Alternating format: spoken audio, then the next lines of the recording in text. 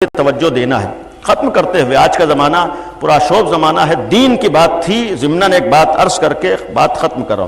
یہ ابھی ایصال ثواب کی مجلس ہے اور ماہ شعبان شروع ہو رہا ہے، صرف پیغام کے لیے اور بات جا بھی رہی ہے، اپنی ذمہ داری پر عرض کر رہا ہوں کہ ہمارے یہاں بھی ماہ شعبان میں بہت سے 40ویں 10 دن میں اور ایک ہفتے میں ہوں گے۔ 40واں سیوم پنجم یہ ایصال ثواب ہوتا ہے، مذہب نے عنوان قائم نہیں کیا ہے۔ جب مذہب نے کوئی عنوان قائم نہیں کیا ہے تو مذہب کی کوئی پابندی نہیں ہے کہ تم سیوم ضرور کرو، 40واں ضرور کرو، پنجم ضرور کرو۔ یہ ہمارے اور آپ کے عنوان قائم کیے ہوئے مختلف بہانوں سے ایصال ثواب کے لیے، اور اپنی ذمہ داری سے مذہب میں کوئی پابندی نہیں ہے ایصال ثواب کے لیے، اور یقین رکھیے کہ مذہب میں کوئی رکاوٹ نہیں ہے ایصال ثواب کے لیے، اس لیے کہ اللہ ہر چیز پر قادر ہے اور اہل بیت بھی اللہ نے انہیں ہر چیز پر قدرت عطا کی ہے، تو اللہ ہمیشہ ثواب دیتا ہے اور اہل بیت ہمیشہ ذریعہ بنتے ہیں۔ کبھی بھی آپ ایصال ثواب کیجئے، ایصال ثواب ہوتا ہے۔ یہ جو ہمارے یہاں ایک تصور آیا ہے عرفے والا، اس سلسلے میں صرف ایک جملہ ہے کہ عرفے کا کوئی بھی حکم ہمارے دین نے نہیں دیا، یہ صرف ہمارے اور آپ کی بنائی ہوئی چیزیں ہیں، اس کا شریعت سے کوئی پابندی نہیں ہے، مذہب میں کوئی پابندی نہیں ہے۔ یہ تو ایک پتہ نہیں کہاں سے بات آئی کہ اگر عرفے میں شامل نہ ہوئے تو 1 سال روح بھٹکے گی، جب اللہ کے اختیار میں روح چلی جاتی ہے تو پھر ہمارے ایصال ثواب کر دینے سے کسی کی روح نہ تو رکتی ہے نہ بھٹکتی ہے۔ اگر ہمارے ایصال ثواب کرنے سے روح رک جاتی تو پھر ہم جسے چاہتے زندہ رکھتے، جسے چاہتے اجازت دے دیتے۔ جب موت ہمارے اختیار میں نہیں ہے تو روح بھی ہمارے اختیار میں نہیں، ایسا کوئی معاملہ نہیں۔ یقین رکھیے عرفہ مذہب میں کوئی حکم نہیں ہے، آپ جب بھی کیجئے۔ اور پھر اس کا ایک نقصان یہ ہوتا ہے کہ جو زیادہ ایصال ثواب ہوتے ہیں اس میں کمی آ جاتی ہے۔ انصاف سے بتائیے، جب آپ ایک ہفتے میں 40واں کیجئے گا تو جو 40 دن میں 40 دن ایصال ثواب ہوتا ہے اس میں کمی آتی ہے نہیں کمی آتی ہے؟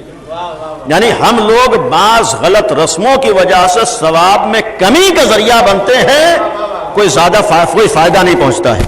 تو لہذا ہم ان چیزوں کے کیوں پابند ہیں؟ بھائی جو مذہب نے کہا ہے، جو دین، جب بھی آپ ایصال ثواب کیجئے آپ کو ثواب ملے گا، جب بھی آپ ایصال ثواب کیجئے۔ نہ تو ہمارے مذہب میں کوئی چاند کا معاملہ ہے، نہ دن کا معاملہ ہے، نہ تاریخ کا معاملہ ہے، یہ جتنی چیزیں ہیں ہماری آپ کی بنائی ہے، مذہب نے کوئی پابندی نہیں لگائی ہے۔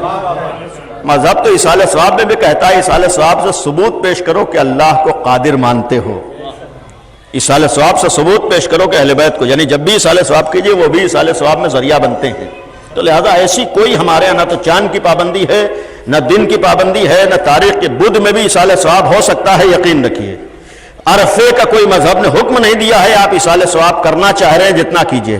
اور آخری بات ہے کہ یہ جو شب 15 شعبان، شب برات ہمارے ہاں مردوں سے اور شب میں قبرستان سے مخصوص ہو گئی، گویا کوئی مذہب نے تاکید نہیں کی ہے شب 15 شعبان میں جانے کی۔ ہر اہم تاریخ میں ہمیں اپنے بزرگوں کو یاد کرنا چاہیے، اپنے مرحومین کو یاد کرنا چاہیے، قبروں پر جانا چاہیے۔ شب 15 شعبان خصوصیت نہیں ہے، اس رات جو خصوصیت ہے وہ زندہ امام کے دنیا میں تشریف لانے کی ہے۔ خیال ہو تو آخر امام کی ولادت کا خیال ہو، ذکر ہو تو آخر امام کا ذکر ہو۔ اگر ہمیں مرحومین کے لیے فاتحہ کرنا ہے، ایصال ثواب کرنا ہے، تو جو خرچ کرنا ہو امام زمانہ کے نام پہ خرچ کرے، نیت کر لے جو بھی ثواب ہو ہمارے مرحومین تک پہنچ جائے، تو اس سے ثواب پہنچے گا۔ آپ قبرستان میں جا کر قبروں کو 1000 نہیں 1,00,000 روپے میں سجا دیجئے، اگر خوشنودی اہل بیت نہ ہو تو 1% ثواب نہیں ملتا ہے۔ آپ جتنے روپے بھی قبروں کے سجانے میں لگا دیجئے، اگر خوشنودی خدا، خوشنودی اہل بیت نہ ہو تو آپسی مقابلہ تو ہو سکتا ہے، ملنے والا کچھ نہیں ہے۔